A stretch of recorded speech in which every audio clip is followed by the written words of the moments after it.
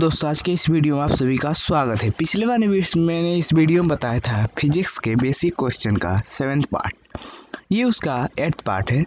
तो चलिए ज़्यादा देर न करते हुए वीडियो को स्टार्ट करते हैं। तो देखते हैं पहला क्वेश्चन है कि आर्द्र वायु का वेग सूक्ष्म वायु के वेग की तुलना में अधिक होता है, क्योंकि आर्द्र वायु में सूक्ष्म वायु की तुलना में घनत्व कम होता है। दूसरा क्वेश्चन है कि निम्नलिखित कथनों में से कौन सा सही है। ध्वनि का वेग ठोसों में अधिकतम और गैसों में न्यूनतम होता है, ये सही है। तो तीसरा क्वेश्चन देखते हैं। तीसरा क्वेश्चन है कि निम्नलिखित में से कौन सा कथन सही नहीं है। तो वह है 20 हर्ट्ज से कम आवृत्ति की ध्वनि तरंग पराश्रव्य होती है, मतलब ये गलत है। अब चौथा क्वेश्चन है कि निम्नलिखित में से किस एक प्रकार की तरंग का प्रयोग रात्रि दृष्टि उपकरण में किया जाता है। तो वह है अवरक्त तरंगों का प्रयोग। पांचवा है कि निम्न में से किस एक में ध्वनि की चाल सबसे अधिक होता है। वह है लकड़ी में ध्वनि की चाल सबसे अधिक होता है।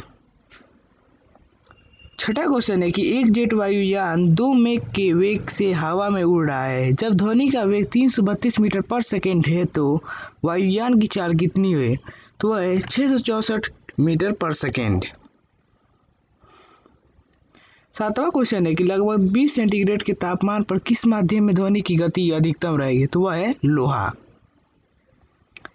एक जैव पद्धति जिससे में पराश्रव्य ध्वनि का उपयोग किया जाता है, तो वह है सोनोग्राफी। नौवां क्वेश्चन है कि कौन सी तरंगे शून्य में संचरण नहीं कर सकती। तो वह है ध्वनि शून्य में संचरण नहीं कर सकती।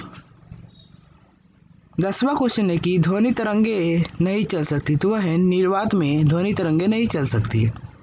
11वां क्वेश्चन है कि वह उपकरण जो ध्वनि तरंगों की पहचान तथा ऋजुरेखन के लिए प्रयुक्त होता है, तो वह है सोनार।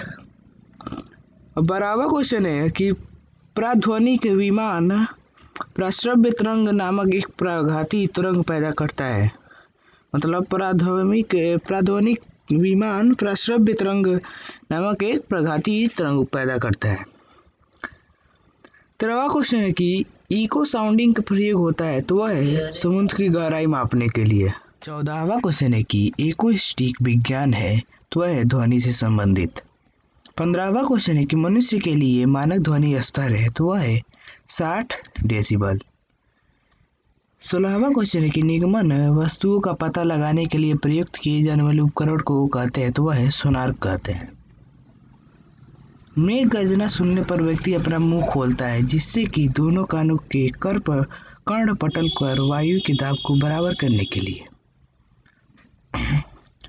18वां क्वेश्चन है कि वायु के तापमान में परिवर्तन से ध्वनि का निम्नलिखित में से कौन सा गुण प्रभावित होता है। तो वह है आवृत्ति का गुण प्रभावित होता है। 19वां क्वेश्चन है कि किसी संगीत यंत्र की ध्वनि तीव्रता मापी जाती है। तो वह है डेसिबल से। 20वां क्वेश्चन है कि प्रकाश छोटे से छोटे कणों से मिलकर बना है, जिसे कहते हैं फोटोन। प्रकाश छोटे से छोटे कणों से मिलकर बना है, जिसे फोटोन कहते हैं। प्रकाश तरंग किस प्रकार का तरंग है। तो वह है प्रकाश तरंग अनुप्रस्थ तरंग प्रकार है। 22वां क्वेश्चन है कि प्रकाश का तरंग सिद्धांत किसके द्वारा प्रस्तावित किया गया था। तो वह है हाइगेंस के द्वारा प्रस्तावित किया गया था। 23वां क्वेश्चन है कि निम्नलिखित में से कौन सी प्रघटना यह निर्णय लेने में सहायक होती है कि प्रकाश एक अनुप्रस्थ तरंग है। तो वह है ध्रुवीकरण से। 24वां क्वेश्चन है कि प्रकाश के विद्युत चुंबकीय स्वरूप की खोज किसने की। तो वह है मैक्सवेल ने प्रकाश के विद्युत चुंबकीय स्वरूप की खोज।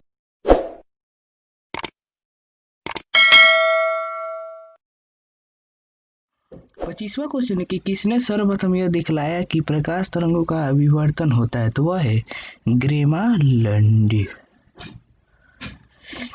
16वां है कि प्रकाश विद्युत प्रवाह का प्रतिपादन किया है। तो वह है आइंस्टाइन ने प्रकाश विद्युत प्रभाव का प्रतिपादन किया है।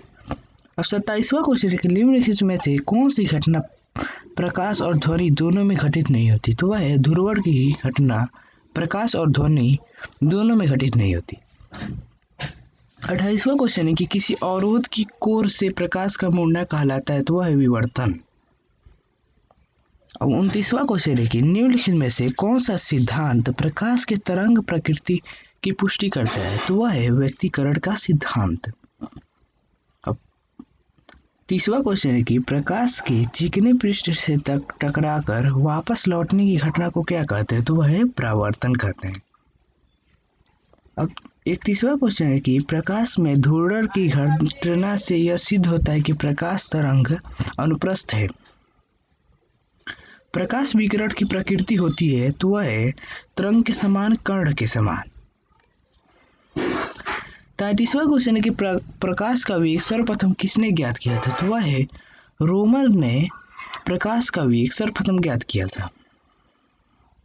अब 34वां क्वेश्चन है कि प्रकाश का वेग किसमें अधिकतम होता है, तो वह है निर्वात में प्रकाश का वेग सबसे अधिक होता है।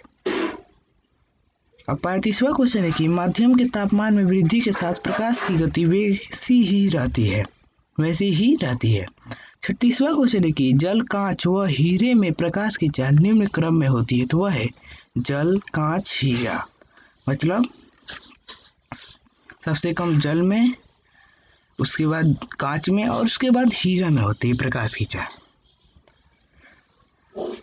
37वां क्वेश्चन है कि चंद्रमा से पृथ्वी तक आने में प्रकाश को लगभग कितना समय लगता है, तो वह है 1 सेकेंड। चंद्रमा से पृथ्वी तक आने में प्रकाश को 1 सेकेंड का समय लगता है। और 30वां क्वेश्चन है कि सूर्य ग्रहण के समय सूर्य का कौन सा भाग दिखाई देता है, तो वह है क्रीट भाग। जो भाग दिखाई देता है उसे क्रीट कहते हैं। और 39वां क्वेश्चन है कि सूर्य का प्रकाश हमारे पास लगभग कितने समय में पहुंचता है, तो वह 8 मिनट में सूर्य का प्रकाश हमारे तक पहुंचता है। 40वां क्वेश्चन है कि पूर्ण सूर्य ग्रहण का अधिकतम समय लगता है, तो वह है 460 सेकेंड। 41वां क्वेश्चन है कि सूर्य ग्रहण तब होता है जब चंद्रमा बीच में हो। चंद्र ग्रहण घटित होता है पूर्णिमा के दिन चंद्र ग्रहण लगता है। अब 43वां क्वेश्चन है कि सूर्य ग्रहण होता है, तो वह अमावस्या के दिन सूर्य ग्रहण लगता है। एक काटा हुआ हीरा क्यों जगमगाता है, तो वह है पूर्ण आंतरिक परावर्तन के कारण। 45वां क्वेश्चन है कि पानी से भरे किसी बर्तन में पड़ा एक सिक्का किस कारण थोड़ा उठा हुआ प्रतीत होता है, तो वह है प्रकाश के अपवर्तन के कारण। पानी में लटका कर बैठे हुए व्यक्ति को अपना पैर मुड़ा हुआ और छोटा दिखाई पड़ता है, वो किसके कारण, तो वह है अपवर्तन के कारण मुड़ा हुआ दिखाई देता है और छोटा। 47वां क्वेश्चन है कि जल के अंदर पड़ी हुई मछली किस कारण अपने वास्तविक स्थान से ऊपर उठी हुई दिखाई देती है, तो वह है प्रकाश के परावर्तन के कारण। 48वां क्वेश्चन है कि पानी में डूबी हुई लकड़ी मुड़ी हुई दिखाई देती है, तो वह है प्रकाश के अपवर्तन के कारण। अब 49वां क्वेश्चन है कि जब प्रकाश की किरण वायरल माध्यम से सघन माध्यम में जाती है तो अविलंब की ओर झुकी हुई जाती है।